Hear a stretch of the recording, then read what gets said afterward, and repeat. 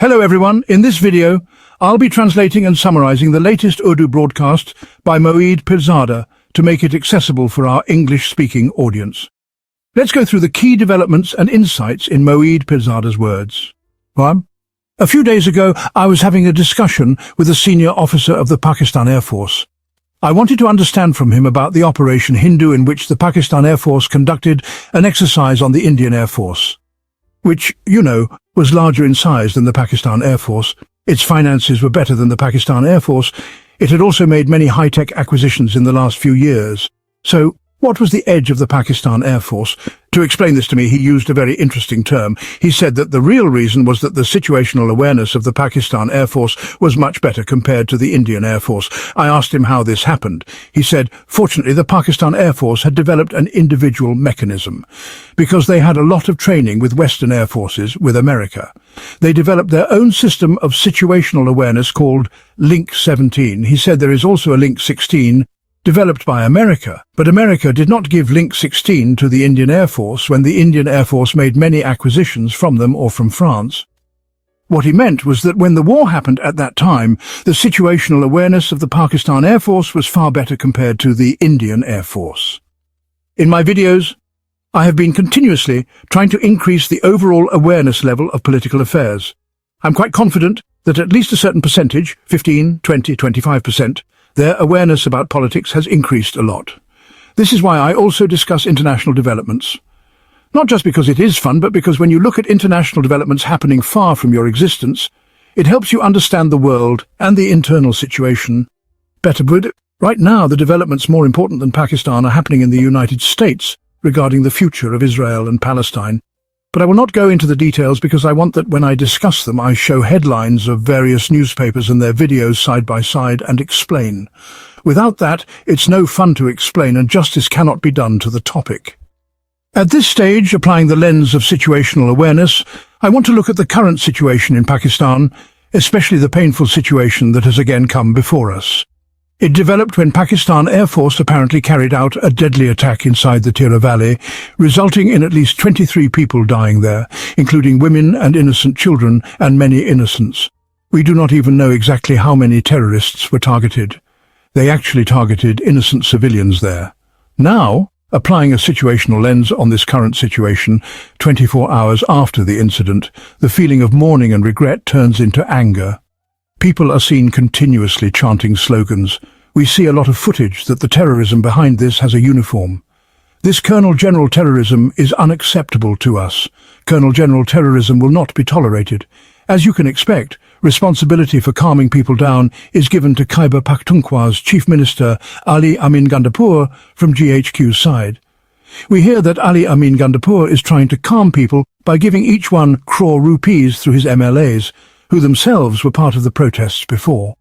Many sources claim that during the massacre in Islamabad on November 26, 2024, many people went missing. We do not have exact numbers of how many people disappeared. It is presumed that after 11 p.m. when firing occurred, people were caught in the crossfire. Subsequently, the responsibility was assigned to certain people from Khyber Pakhtunkhwa government and Ali Amin Gandapur's team. The allegation is that they should find the people and compensate the poor families. I heard about the compensation of 1 crore rupees per family. This means a new standard has been set that first people are killed to create terror and moral impact. Then the victims' poor families are paid money. Obviously, the rich will never be seen protesting cutting edge. Now, I watched a strong short video of about 17 to 18 minutes uploaded a few hours ago by Imran Riaz, a prominent Pakistani TV anchor and political commentator. Imran Riaz says that Ali Amin Gandapur should, before the Supreme Court and Pakistan, withdraw the petition of the Khyber Pakhtunkhwa government related to the aid in civil power law. He explained that military action in Khyber Pakhtunkhwa is only happening because the Khyber Pakhtunkhwa government enacted a law allowing Pakistan Army to act in the province in aid of civil power. He says Ali Amin Gandapur should abolish this law. He further explains that the Peshawar High Court had suspended this law, declaring it unconstitutional. But then the Khyber Pakhtunkhwa government challenged this decision in the Supreme Court, from where a stay order was obtained. Ali Amin Gandapur should withdraw his legal team from there so that Pakistan Army cannot carry out military operations in Khyber Pakhtunkhwa. From what has been explained and what information has reached him, it seems the entire responsibility rests on the shoulders of Ali Amin Gandapur, a man 6 feet 6 inches tall. Height has no relation to courage or bravery, so all responsibility is on Ali Amin Gandapur, who can withdraw the petition if he wants. I researched this matter because I remembered a bit, and the truth that came before me is quite disturbing, troubling, and very unpleasant. I want to present it before you. That's why I say that when we apply the lens of situational awareness to things, we better understand the situation and also understand that all of us, media, journalists, political commentators, politicians, political parties, the Bar Association, jointly give birth to each tragedy. The ongoing events in Tirah Valley or Khyber Pakhtunkhwa are not solely the responsibility of the military generals and colonels, nor is it only the responsibility of the current rulers or the Sharif Sardari. It is our collective responsibility.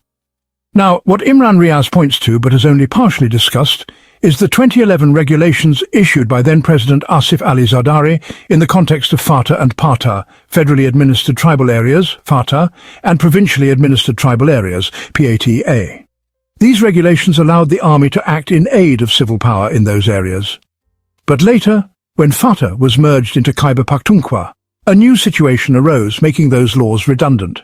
In 2019, the Khyber Pakhtunkhwa government and its governor issued an ordinance extending these aid in civil power laws throughout Khyber Pakhtunkhwa.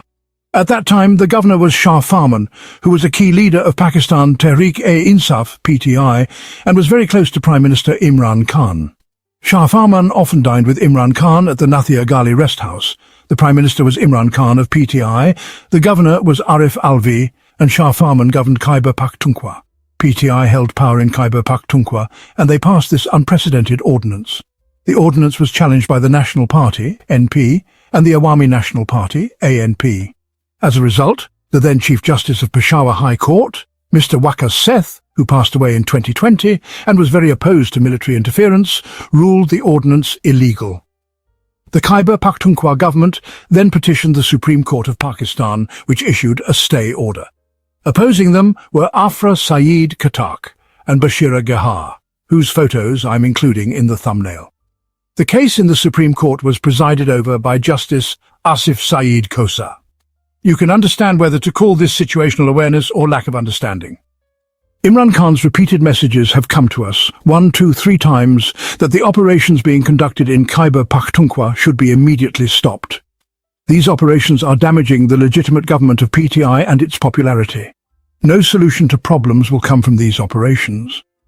But in 2019, when Imran Khan was Prime Minister and Shah Farman was Governor with PTI government in Khyber Pakhtunkhwa, no bad intent was likely. They simply did not understand the long-term implications of their actions for their own government, Pakistan, Khyber Pakhtunkhwa, and ex-FATA. It is true that the argument at that time was simple, that there were problems in FATA. Inside FATA, we have used such laws to oppress people, detain them in internment centres without warrants, and make them disappear. This helped us control the situation on the ground. At that time, the Khyber Pakhtunkhwa government and Imran Khan's party needed to think that these kinds of laws made in 2011 should not have been continued. The major operations were already over. The entire situation was largely under control. If at that time the Pakistan military's consideration was that there was a threat and challenge from extremists in certain districts, then many such laws could have been introduced that empowered provincial government deputy commissioners. This empowerment would allow the deputy commissioners to call in civil power military agencies, as often happens in parts of India and many places in the world. This is nothing new. It could have been done, but it was not. That consideration was not there at that time because people did not think about the long-term consequences. I have said many times before that Pakistan Tehreek-e-Insaf and Imran Khan did not properly understand Pakistan's complex political dynamics. Today, at this tragic moment, we can clearly see their misunderstandings or lack of understanding. Now, taking this lens forward to another situation, it is being defended that when many military Twitter accounts defended the counted terror city operations in the Tirah Valley, saying they were very necessary. When city operations are carried out worldwide, there is collateral damage, but the city operations are done to restore peace. One of the accounts belongs to a gentleman who goes by the initial F, whose real name is Farhan Jaffrey. This person is heavily promoted on Pakistani Twitter accounts. He has done some investigation and somehow proved that Farhan Jafri was once a small schoolteacher living in poverty in Karachi. Then those who orchestrate propaganda for Muslims worldwide apparently hired him. When the ISI found out, they upgraded his software and hired him. Now apparently he works for both sides, tweeting for one side during the day and the other side at night, and this is how he earns his living. In this context, Pakistani military-affiliated accounts claim that they once tweeted that the Israeli army does not attack its own people. Even when they attack Palestinians, they announce it and take responsibility. But in Tirah, no one is taking responsibility. On the contrary, they claimed that the bombs exploded by themselves. In response, some people wrote that the Israeli army follows the Hannibal Doctrine, which Pakistan also learned from them. What is the Hannibal Doctrine? Hannibal was a great general and strategist from Africa who attacked Rome. This is a big historical matter, and we will discuss it sometime. The Hannibal Doctrine was issued in 1986 by the then Israeli military chief when Hezbollah was a major opponent, abducting Israeli soldiers from the battlefield and negotiating prisoner exchanges. The Israeli army then issued a written doctrine that in any case the capture of an Israeli soldier must be prevented by any means, even if the soldier dies in the process, because the soldier can be used as blackmail otherwise. This doctrine is controversial as to whether it was actually implemented. However, in 2016, the then Israeli army chief abolished the Hannibal Doctrine. After October 7, 2023, an Israeli left-of-center paper accused Israel of reusing the Hannibal Doctrine when they killed civilians to prevent Palestinians from abducting them. This is controversial and has no detailed proof and cannot be used to justify the tragedy in Tirah Valley. The whole issue is that Pakistan's military is being used in a political situation due to ignorance and lack of situational awareness, resulting in very bad consequences. When seen with a military mindset, which I am talking about, they do not understand at all. They think if they terrorize here and there, the matter is handled well. Meanwhile, some outsider foolishly talks nonsense from America. I remind you all, in the interest of situational awareness, remember this: formal military operations in Upper Wild Fata started in 2004. It's been 21 years. These ongoing operations, intensified at the end of 2022 and into 2023, are part of more than 21 major, full-fledged, named operations that have all been declared successful. These operations have been running for about 2 to 2.5 years, continuously in 2 series. God knows how many smaller operations were planned. The net result is that with great caution, from 2004 to now, over 100,000 people have been injured in Fata, KP and related violence. But there is another theatre of war and conflict to consider. Since 2006, after Nawab Akbar Khan Bugti's assassination, Pakistan's military has been continuously fighting in Balochistan, which is Pakistan's largest province, covering about 43% of the country's geography. In Balochistan, fighting continues, and honestly in large areas of Khyber Pakhtunkhwa as well. 2 wars are being fought simultaneously. In Azad Kashmir, a certain action committee is asserting its rights. In Gilgit-Baltistan, the situation is also fairly tense, with a lot of noise and unrest. Every 24 hours, Pakistan's newspapers report incidents like bomb explosions on the Jafar Express railway line. Since March, when the attack on the Jafar Express suspended the entire train line, not a single month or even 3 to 4 weeks have passed without some attack on the Jafar Express causing the train line to be suspended. This, of course, raises questions about the technical possibility of the Pakistan army neutralizing such attacks on Mondays or Tuesdays by labeling the terrorists as Fitna, Kawaj or Hindustan supporters. But the overall result is this: after 21 years of military operations with billions spent and thousands of officers and soldiers killed, invalided or injured, and over 100,000 civilians, including terrorists, killed, what is the end state? Strategic thinking at the level of National Defence University always uses the term end state. Here, no clear end state is visible. The greatest responsibility naturally lies with Pakistan as a whole, but primarily with the people and professional circles of Punjab.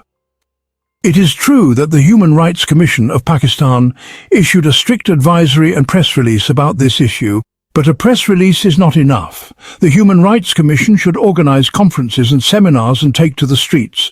Similarly, bar associations in Punjab, Islamabad, Lahore and various other places should come out on the streets, pass resolutions and demand that the use of military power and air power in Khyber Pakhtunkhwa areas, which is no longer FATA but Khyber Pakhtunkhwa, is absolutely unacceptable. This is happening in our name and is completely wrong. We should also properly understand whether these people are terrorists, elements or militants. When after 2006, 2007 and 2008 they started attacks in Punjab cities such as Islamabad and Lahore. The real message was, you think you're safe in your fortress, but we can bring this war to your doorstep. This war is not over, it is ongoing. This war started because Pakistan's ruling elite has consistently made wrong and unwise decisions since 1979, especially regarding the Afghanistan war when Pakistan was thrown into it under General Zia-ul-Haq's government. It was called Islamic Jihad. Then, under General Musharraf's government, it was called something else, but it still saved Pakistan. These are continuous series of mistakes, and similar situational awareness is needed, just like the 25 minutes Pakistan Air Force had on May 17, 2025. The same situational awareness is needed in politics. I will talk about the United Nations, Israel, and Palestine in the next vlog. That wraps up our translation of Moeed Pirzada's video. I hope this English version helped you understand his message better. Please like, share and subscribe to Awami Lens to help our community grow. Don't forget to leave a comment below and let me know what you thought of this effort.